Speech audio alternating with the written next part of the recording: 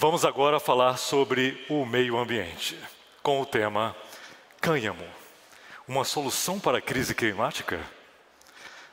Graduado em agronomia, mestre e doutor em genética e melhoramento pela Universidade Federal de Viçosa, pós-doutorado em genética fisiológica pela Universidade da Flórida, nos Estados Unidos. Curador do Banco de Germoplasma e pesquisador do Conselho Nacional de Desenvolvimento Científico e Tecnológico. Convidamos o professor doutor Derli José Henriques da Silva.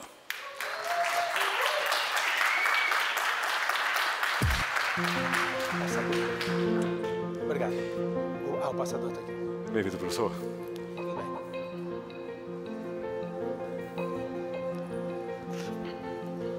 Bom, boa tarde a todas as almas reunidas nesse ambiente. É um prazer muito grande estarmos aqui para falar um pouquinho a respeito desse tema.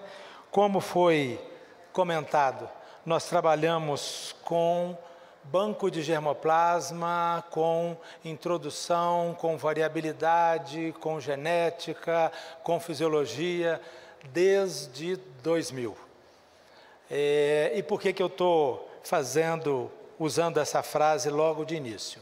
Para dizer que nós estamos diante de um assunto bastante sério, que envolve muito conhecimento, envolve muita sensibilidade, mas não é um assunto de oba-oba. É um assunto bastante sério. E eu digo isso para convidá-los para que a gente cada vez mais estude juntos. Por quê? Esses conhecimentos, eles não são feitos da noite para o dia. E para responder essa pergunta, cânhamo é uma solução para a crise climática?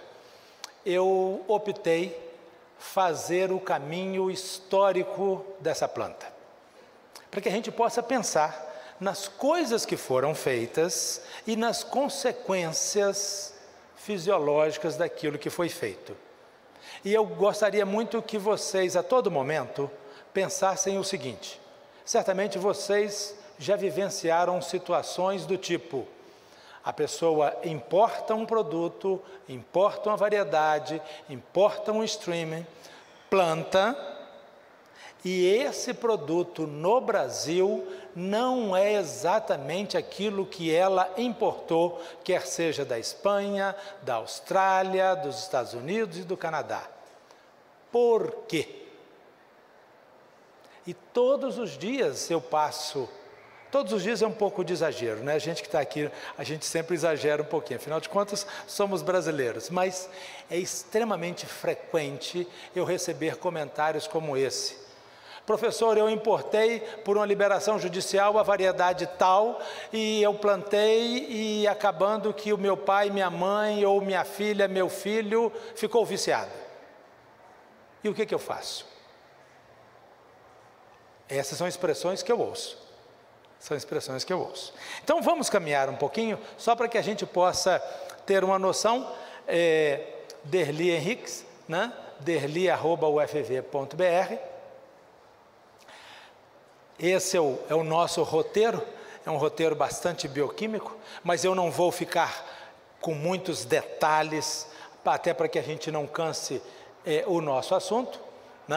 Uma coisa muito interessante, e que isso não vem ao acaso, nós estamos falando de uma planta cuja família nós vamos ter apenas 2 representantes: Cannabis sativa e Humulus lupulus.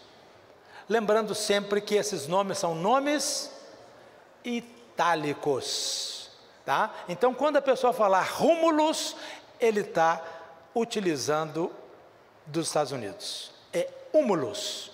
H não se pronuncia exatamente como em português. Cannabis sativa significa planta de cultivo fácil. É uma erva. Perfeito? É muito importante que a gente entenda isso e não absorva informações, soluções que os caras inventam. Tem que botar isso, tem que fazer aquilo, tem que fazer aquilo outro. Não tem. Não tem. Papo furado. Senão, de repente, a gente chega num negócio que tem um preço exorbitante e a gente não sabe por que está botando. Isso, todas as regras são assim, tá, gente? Eu trabalho com tomate desde 2000, eu trabalho com soja desde 2010 e o processo é exatamente o mesmo. Tá? Então vamos lá. A coisa é mais simples desde que a gente saiba e tenha noção do que está fazendo. Né? Essa é a nossa grande chegada. Né? Eu adoro isso, né? Eu adoro essa. Tem uma outra também que eu mostro, o famoso camelo. Né? Tem muita gente que lê a Bíblia, acha que é mais fácil um rico entrar no reino do céu do que o camelo passar pelo fundo de uma agulha. E o sujeito pensa num animal enorme passando no fundo de uma agulha. Não é nada disso. É simplesmente uma corda que prende um navio passando por uma porta lateral de uma cidade. Somente isso. Né? Então você vê que até para ler a Bíblia a gente tem que ter conhecimento. Mas olha que maravilha. Eu não posso projetar aqui, né? Mas esse é o nosso trabalho. Então, em 1500, a planta chega oficialmente ao Brasil. Mas há relatos claros e evidentes de que a planta já estava aqui antes. Perfeito? E ela é fantástica, né? Ela vai nascer lá no Tibete, mas na verdade ela é bem brasileira, sabe? Ela é bem brasileira. Esse é o nosso imperador agricultor, né? Essa é uma gravura de aproximadamente 12 mil anos, é o relato mais antigo que nós temos, né? Logo depois dele nós vamos ter também pólen de cannabis sativa, especialmente próxima a múmias dos principais faraós, porque ela era preservada somente para as pessoas que tinham que pensar muito. Processo parecido com o do caruru. Aqui na América do Sul, somente os incas superiores podiam comer a semente do caruru. Hoje nós sabemos que ela é riquíssima fonte de fósforo, especialmente voltada para o cérebro. Muito importante a gente ter esses conhecimentos. Muito bem, olha que beleza. Não é uma cannabis sativa? Não é uma planta de cultivo fácil? Por que ela se chama weed em inglês? Erva, comum, qualquer. Porque o que ela precisa é de um espaço e com matéria orgânica. Essa é uma das visões menos controversas da origem dessa planta, que ela foi simplesmente cultivada, que ela vegetava como uma planta qualquer. Como uma planta qualquer.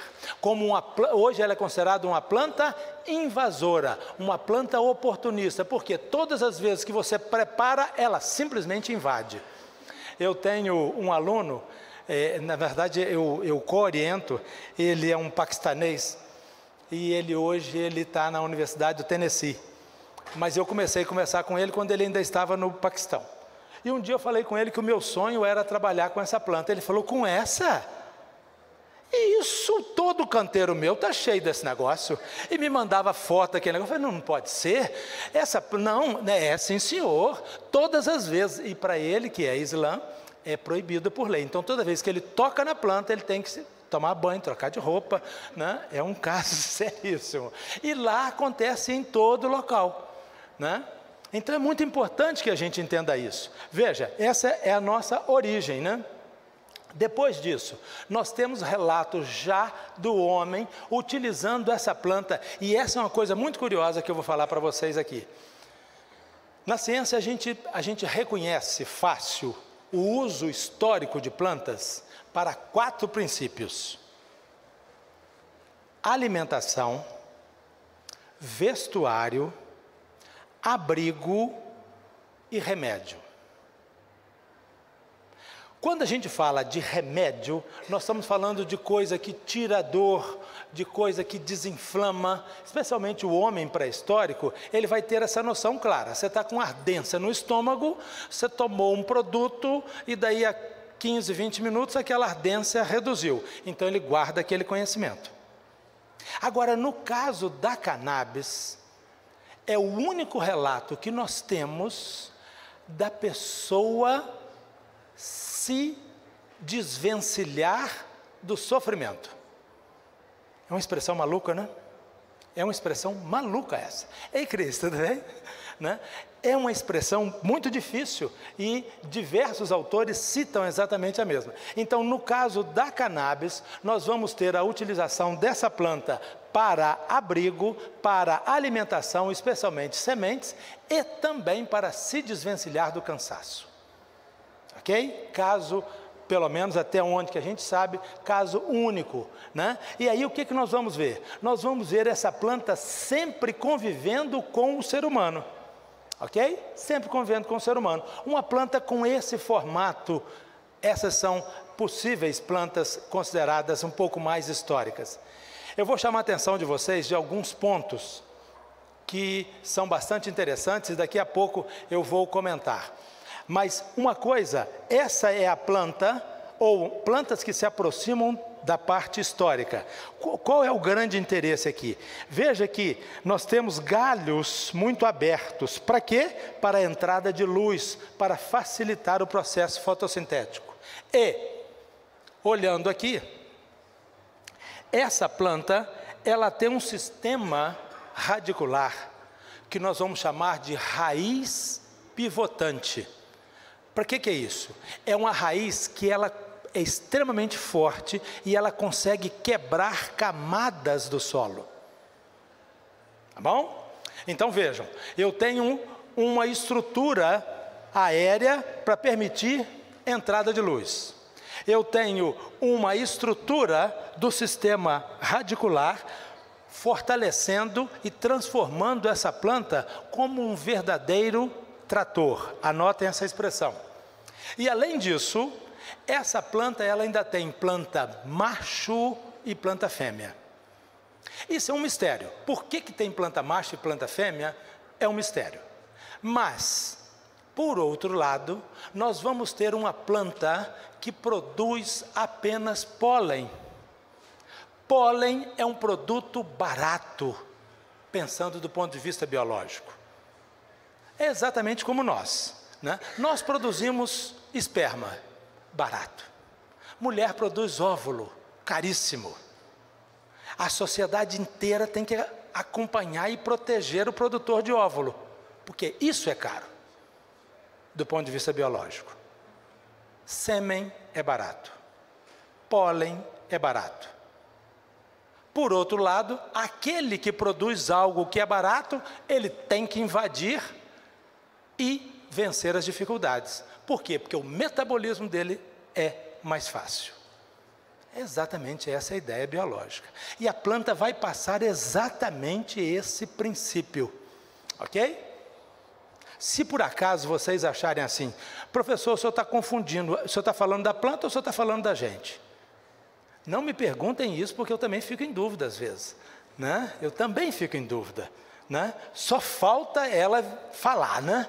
Se ela falar muito, ela vira brasileira, né? Mas é verdade. Olha que coisa interessante. Isso é uma coisa muito interessante.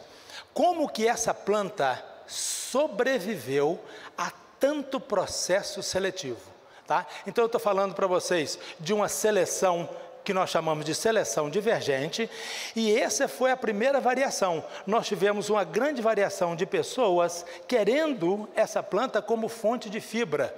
Para quê? Abrigo. Conhecido o processo. Tá bom? E por outro lado eu vou ter um grupo muito grande querendo essa planta produtora do princípio calmante, relaxante. E as plantas então começam a se separar. Cada vez mais as pessoas vão exigir plantas com formato de fibra e outros produtoras do princípio relaxante. É por isso, uma das coisas interessantíssimas que nós temos hoje, essa é uma planta que tem uma das fibras mais longas que nós temos. Por isso o seu tecido é tão confortável. Porque nós não vamos ter a aspereza de uma fibra que quebrou com outra fibra que quebrou. Enquanto no algodão eu tenho fibras de 1, 2 centímetros, aqui eu tenho 15 centímetros. Então, eu tenho 15 centímetros de um único fio passando no meu braço. O algodão tem um monte de fio quebrado. Então, cada um daquele passa e você tem uma certa sensibilidade. Ok? Então, Olha aí que beleza. Olha que coisa. Do ponto de vista biológico, isso aqui, na verdade, o que nós estamos chamando de fibras, são os vasos condutores. Essa planta, ela se preparou para qualquer coisa. Qualquer coisa. Venha, que eu estou pronta para enfrentar a dificuldade que você vai me apresentar. Do ponto de vista biológico, é exatamente isso, né? Se nós fôssemos fazer um floral, eu diria que este é o floral do vencer-se. Porque isso ela deixa claro. Qual é o processo mais forte de raiz? É esse o que eu quero. Qual é o processo mais forte para fazer fotossíntese? É esse o que eu quero. Qual é o processo mais forte para que eu possa retirar e sobreviver e ofertar o meu melhor? É esse o que eu quero. Ok? Né? Essa aí é somente para mostrar para vocês uma manufatura do século XIX. Isso é uma gravura que está no Museu de Londres. Veja como que o processo era longo, né, de se trabalhar em todo o processo de construção de fibras. Por que eu estou mostrando isso para vocês? Porque é sempre o consumidor final que avisa para onde vai o melhoramento. Então, quando eu tenho uma manufatura com esse grau de exigência, essa senhora que aqui está, um dia ela vira e fala, a planta tal é melhor do que a outra. Na verdade, o que ela está fazendo? Um processo de seleção. Perfeito? Nós vamos ter uma coisa que nós vamos chamar de seleção consciente e seleção inconsciente. Eu sou um melhorista, eu sou um geneticista, então eu faço seleções conscientes. Eu avalio, eu testo, eu checo, eu boto estatística. Mas existe uma outra pessoa que olha para a planta e fala assim, essa planta me passa a ideia que a direção melhor é aquela. Perfeito? E a gente não pode desconsiderar. Por quê? Porque nosso conhecimento ainda é muito pequeno diante de tudo isso que é apresentado. Olha que coisa fantástica, né? Eu fiquei bastante feliz do nosso colega explorar bem o sistema endocannabinoide, né? Para que eu não tivesse que entrar em todos esses detalhes. Algumas vezes, escolas de medicina me perguntam se eu não poderia fazer uma palestra de cannabis. E eu sempre pergunto, eles querem plantar? Porque se o assunto é plantar, fala comigo. Agora, usar é com outra pessoa, senão daqui a uns dias a gente vai preso. Não é isso, Cris? Não pode, a gente não pode entrar na história. Mas o que eu quero mostrar para vocês? O que nós vamos produzir, ou o que a planta vai produzir de óleo, ela vai produzir a partir desses tricomas glandulares. E aí fica uma das questões das complexas. Por quê? Eu posso ter uma planta com toda a genética para produzir o óleo que eu quero. Mas se ela não tiver o tricoma glandular, ela não produz. Então são duas genéticas independentes. Uma do óleo, com todos os produtos que vocês conhecem muito melhor do que eu, e outra do tricoma. E inclusive a concentração de tricomas. Então, vejam que, na verdade, a minha fala é para dizer o seguinte, nós estamos diante de um assunto complexo. E nós que aqui estamos dispostos a estudar esse negócio. Olha que beleza, né? Vocês já viram isso diversas vezes, até chegar, né? Nós temos lá no canabigerol, até chegar lá no THC e CBD, que são os dois mais famosos, fazendo a correção conforme Renato sugeriu. Não é isso, Renato? Né? Mas o que eu quero chamar a atenção de vocês é o seguinte, para cada quantidade de cada molécula dessa, eu tenho uma genética específica, que vai depender da seleção que eu fiz, seleção consciente ou inconsciente. Tá? Então, quando eu viro e falo, essa planta que eu trouxe, essa é melhor do que aquela outra, na verdade eu estou fazendo um processo de seleção. Né? E aí nós temos o sistema endocannabinoide, né? E isso é uma coisa muito interessante. Esse vem de um dos últimos artigos que tem sido feito, né? Ou seja, mostrando que tanto o fitocannabinoide quanto o endocannabinoide, eles vão ativar a mesma estrutura gênica no ser humano. E aí a gente volta a dizer para vocês que cada vez mais fica difícil a gente entender onde começa a planta e termina a gente, e vice-versa. Perfeito? Né? Outro sistema de seleção divergente. Outro sistema aqui eu tenho essa semente, essa é considerada a semente silvestre. Essa é uma coisa muito interessante, né? O wild seed. Pensando em tradução simples, isso seria semente selvagem. Mas no mundo vegetal a gente não diz que uma planta é selvagem. Selvagem é aquilo que se movimenta. Então a planta é silvestre. Tá? Então essa planta que é silvestre, ela passa por um processo de seleção. Qual que é essa seleção? Originalmente nós vamos ter uma semente pequena e nós vamos ter uma camada de abscisão. Isso aqui era para a planta explodir e jogar essa semente à distância. Isso não é interessante para o homem. Então o que o homem faz? Ele vai selecionar uma planta com sementes maiores e sem a camada de abscisão. Para que ele vai fazer isso? Para ele poder colher, porque essa é a fonte de proteína dele. Um daqueles princípios que eu falei com vocês, que a gente reconhece a utilização da planta. E a planta responde.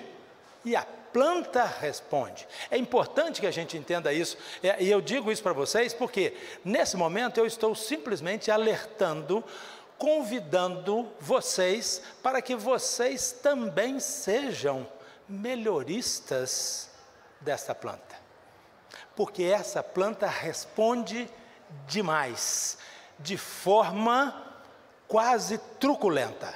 O que você faz com ela não passa ileso, ok? Não dá para você mexer com essa planta de modo irresponsável. Usando uma palavra que eu prefiro, esse trabalho é um trabalho sagrado, né? Com isso, gente, eu não estou dizendo que nós não podemos ganhar dinheiro, não. Podemos sim. Todo mundo que trabalha séria e honestamente, que atende à demanda de alguém, tem direito a receber o seu salário. É óbvio. Mas nós temos que lembrar que nós estamos trabalhando com uma riqueza, com algo que é muito maior do que todos nós. Em função disso, nós tivemos essa divisão em termos da espécie. Olha, isso tudo que foi feito, toda essa variedade cafristânica, variedade sativa, subespécie sativa, espontânea, isso é simplesmente descrição daquilo que o homem, de modo inconsciente, fez ao longo desses 12 mil anos. Isso tudo que vocês estão vendo é um cientista descrevendo o trabalho do homem. Isso não é trabalho científico nosso, isso é somente descrição. Mas vejam a variação que nós vamos ter. Nós vamos ter então uma planta considerada fracamente intoxicante, uma planta fortemente intoxicante, nós vamos ter plantas domesticadas, plantas silvestres. Lembrando sempre o seguinte, hoje todos nós vamos trabalhar com plantas ditas domesticadas. O que é uma planta domesticada? Uma planta domesticada é aquela planta cuja frequência gênica foi alterada para se adequar às suas necessidades. Ok? Né? E aí nós vamos ter as origens mais frequentes. Nós vamos ter a origem principal, essa que está nesse ponto aqui. Como eu falei com vocês, vindo lá do Tibete, uma altitude,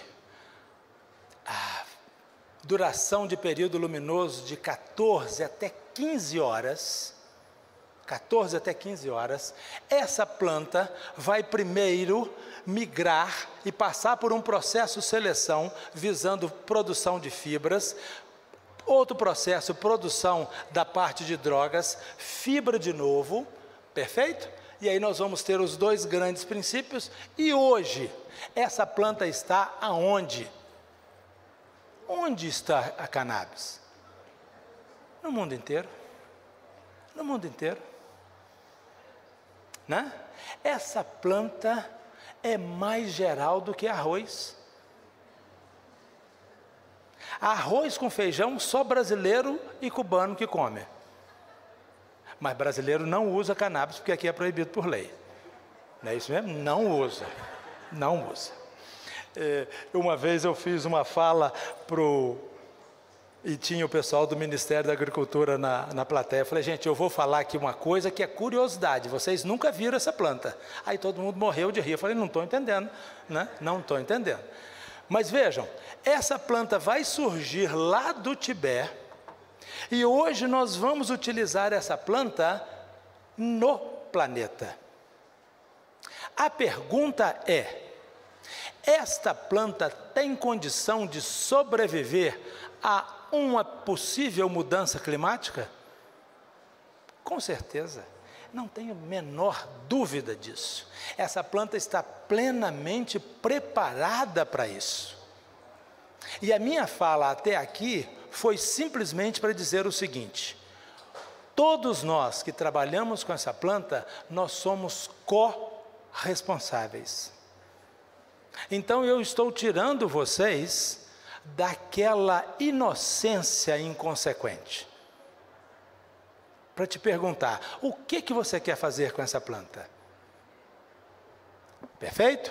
Isso é muito importante da gente entender. Olha que coisa maravilhosa. Dessa planta nós vamos utilizar tudo. Ela faz inclusive uma coisa interessantíssima, que é o seguinte, que é uma das grandes dúvidas, né?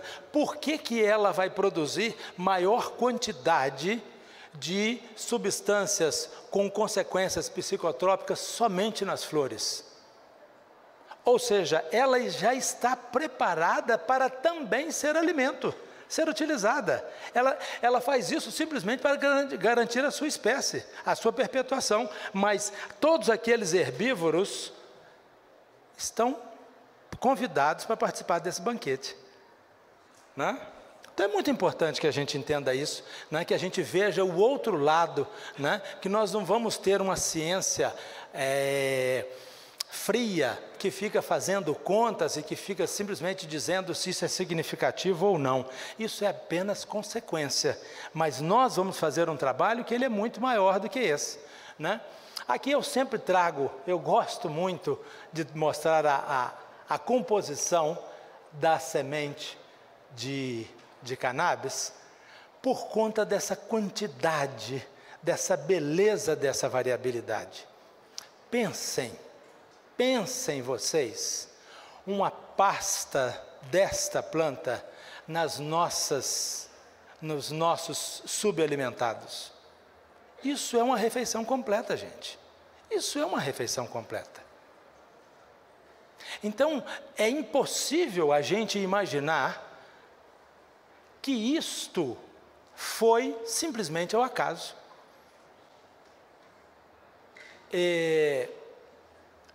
Acaba que a gente que enxerga o mundo pelo lado científico, mas também pelo lado pessoa e pelo lado religião, eu tenho pela cannabis o mesmo respeito que eu tenho para o piqui. O piqui é um milagre de Deus. Ele surge nas regiões mais pobres, ele é fonte de proteína e fonte de óleo. Exatamente o que o indivíduo precisa para comer. Aí o camarada acha que isso é o acaso. Não, gente, isso é Deus falando, cara, presta atenção nesse negócio, né? A mesma coisa nós vamos ter aqui. Eu às vezes brinco, como eu gosto de malhar, né? Isso aí é uma barrinha. né? Você faz uma paçoca de semente e come. Se botar um pouquinho de THC, você perde o cansaço e aí é que você detona mais ainda, né? Está pronto o processo. Aproveite, exatamente. Bom, já que eu tinha que falar alguma coisa de impacto, eu trouxe esse impacto feito lá na Califórnia, né? E o que os caras concluíram? Olha que coisa interessante. Eles concluíram, eles começaram a detectar que um dos grandes problemas é justamente o excessivo gasto de água dessa planta. Ela gasta muito, né? E aí a conclusão que eles vão chegar é essa aqui, que especialmente quando você faz o cultivo indoor, o principal problema é de um gasto que na fase adulta pode chegar até 22,7 litros por dia. Isso é bastante coisa. Isso é bastante coisa. Porém, quando a gente trabalha para outdoor, esse gasto reduz, né? Esse gasto reduz, mas nós vamos ter o problema da produção de terpenos. E aí eles usam um princípio para anular essa produção de terpenos. E aí eles vão chegar à conclusão, fazem esses cálculos em cima de emissão de CO2. Né? Aqui nós temos 0,22 por planta dia, né? E aqui no outdoor nós vamos ter 0,24 galão. Essa é uma coisa muito importante que a gente tem que entender, deixa eu ver isto. Essa é uma coisa muito importante que a gente tem que entender, só para que vocês entendam. Esse é o sistema indoor. Ele é mais caro e na Califórnia, grande gasto vai ser feito especialmente para controle de temperatura. Agora, hoje, nós utilizamos na APEP, não é isso? Exatamente esse princípio, né? Você tem os arcos e você fecha ocasionalmente. Chuvas excessivas e prolongadas você fecha para reduzir. Quando não, você abre. Então você reduz a variação térmica. Você reduz a variação térmica. Outra coisa muito importante. E aqui eu vou falar agora como da área de ecofisiologia. Evitem trabalhar em locais superaquecidos. Por quê? A origem desta planta é no Tibete, altitude elevadíssima. Automaticamente, quanto mais aquecido, menor a quantidade de plantas que vão sobreviver. Se eu faço com que esta planta fique numa altitude de média para alta, essa planta vai respirar menos, respirando menos, ela vai ter mais produtos para produzir outros compostos, que é o que nós chamamos de metabolismo secundário. Outro dia, alguém me disse assim, não, que com cannabis a gente pode chegar até 25 mil produtos. Eu falei, você ainda não está levando em conta a criatividade brasileira. Porque o dia que nós começarmos mesmo com a utilização, nós vamos fazer 25 elevado a 25. Né? E vamos detonar esse negócio, né? Então, para isso, nós vamos precisar de metabolismos. Então, é muito importante, né, que a gente entenda. Esse gasto de água que eu falei para vocês, essa é uma outra informação que ela é considerada crucial, mas de 80% a 97% de toda a água que a planta absorve, ela gasta somente para controle térmico. Então, se eu coloco essa planta numa altitude um pouco maior, a temperatura é menor e ela vai gastar muito menos água e vai ter mais metabolismo para outros compostos. Ok?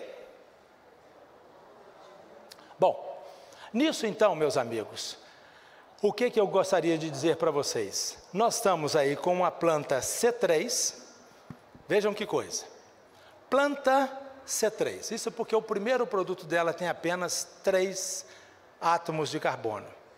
Isso é a planta mais diversificada no planeta. 90% das plantas que nós utilizamos para a nossa alimentação são plantas C3.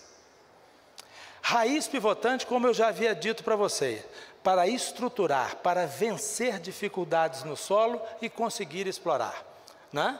Nós vamos ter a nossa planta masculina e feminina e ela vai estar pronta para uma agricultura que nós estamos procurando desenvolver, que é a agricultura dos estômatos abertos. O que nós queremos? O que nós precisamos de fazer é estudar essa planta para maximizar a sua capacidade fotossintética, para que ela gere os seus produtos, as suas soluções.